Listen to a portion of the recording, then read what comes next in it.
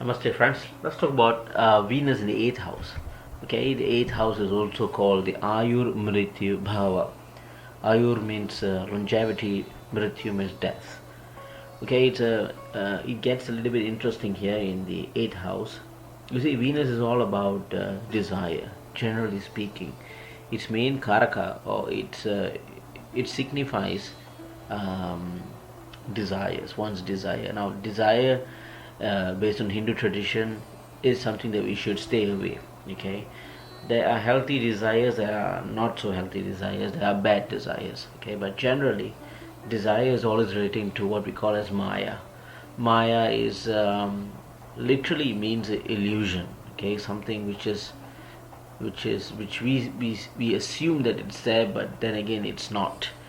So again, desire is something that we should stay away from. It creates greed. All the sins is starts from desire. Okay, desire is something that we should stay away.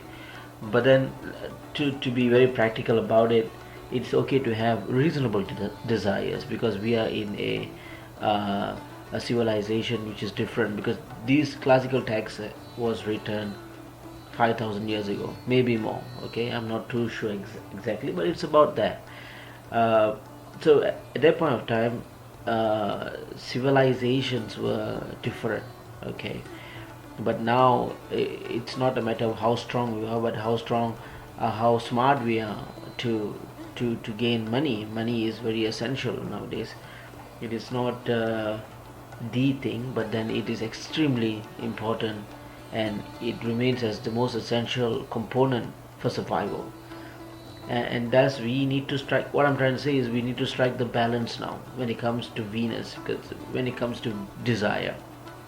Okay, so, and what happens when these Venus comes to the eighth house? Okay, so what it does is, it creates some form of a shroud, a shroud of secrecy for the person. If you have Venus in the eighth house, you'll be seen as the enigmatic one, the intriguing one, the one which is always uh, the one which is the mysterious type. We won't know exactly what you're thinking. You don't know what you're working. You don't know where. A lot of things will be hidden. You are very secretive in nature. You don't reveal much, but you'll be interested to know what's happening on other people's life. That's the thing about you. However, from external perspective, someone looks at you, they'll be always saying, who is this guy or who is this girl? Where does it work? What does it actually do? Where does the source of income comes from? It's always questions popping up. Venus in 8 creates that secrecy within. Okay. Now these people have a good quality. The quality is, they give unconditional love. Okay, it shows great love. Once they fall in love, or once they're in a relationship, they show unconditional love. They will do anything. They'll sacrifice. They'll go. They'll push the envelope in the name of love. Okay. Now, there is also the other thing, that they can be very connected to sex and romance. They can be a little bit active when it comes to sex and romance, which is pretty natural for them. They do not like those casual puppy love, those relationships. They feel that a relationship must be important, and it must have very strong intimacy in a relationship. So they actually crave for this intense emotional experience, for this deep romantic experience, right? So, and these can go a little bit on the flip side. If they have Venus afflicted, or if Venus is positioned in the wrong house, that they would be more sexual minded person. They would even sexually disturbed. They will be more, they'll be only thinking more about sex in life.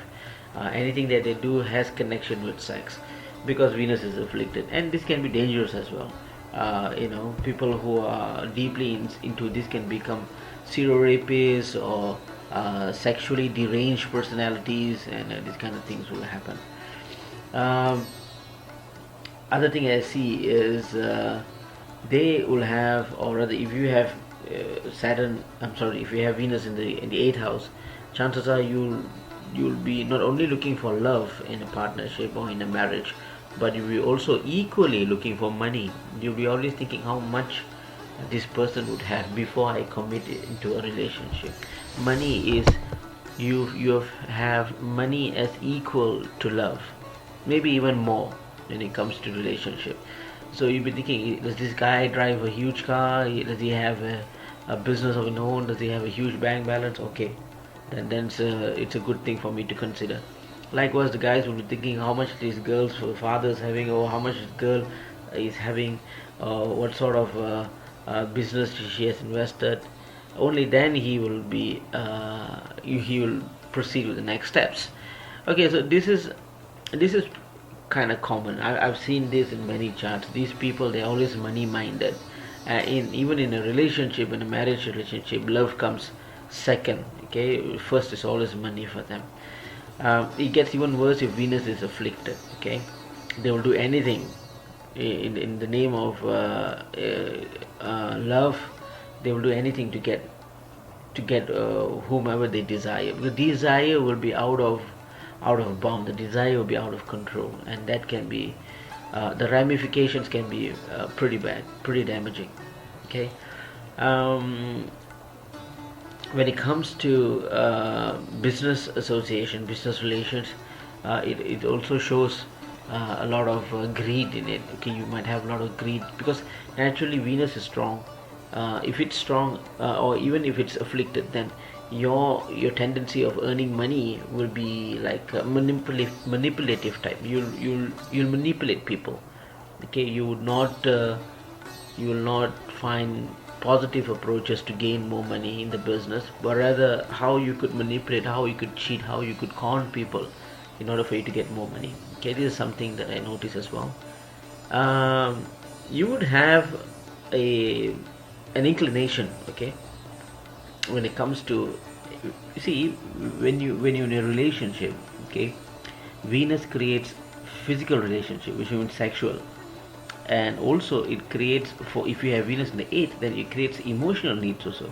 So you would like, or you would prefer to have a partner who's always there listening to your problems, all your even it can be very petty, but then you want people to emotionally connect. Okay, physically and both emotionally, you want to get a partner like that.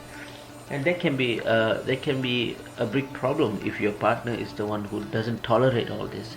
If your partner thinks that, okay, yes, you have some big problems, okay, let's talk about it, but then petty things, it's okay, just shrug it off. You would not do that. You will have this natural thought that if your partner, your partner must be in alignment with what you feel and what you think. If it's not, then that's not the partner that I should have. So a lot of divorce cases happens due to this as well. Okay, so that's a little bit about what I think. I mean, we can go on and on, but that's a little bit about what I think Venus would do to you on the 8th house. Hope it's been beneficial. Till the next time, thank you. Namaste.